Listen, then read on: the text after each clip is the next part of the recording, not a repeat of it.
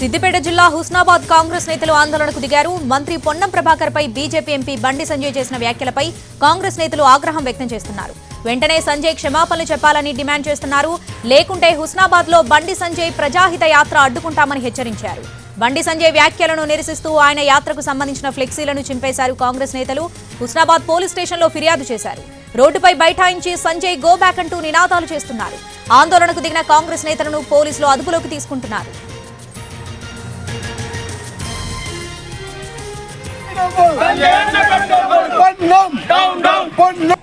Bandi Sanjay down down Bandi Sanjay down down Bandi Sanjay down down Bandi Sanjay down down Bandi Sanjay down down Bandi Sanjay down down Bandi Sanjay down down Bandi Sanjay down down Bandi Sanjay down down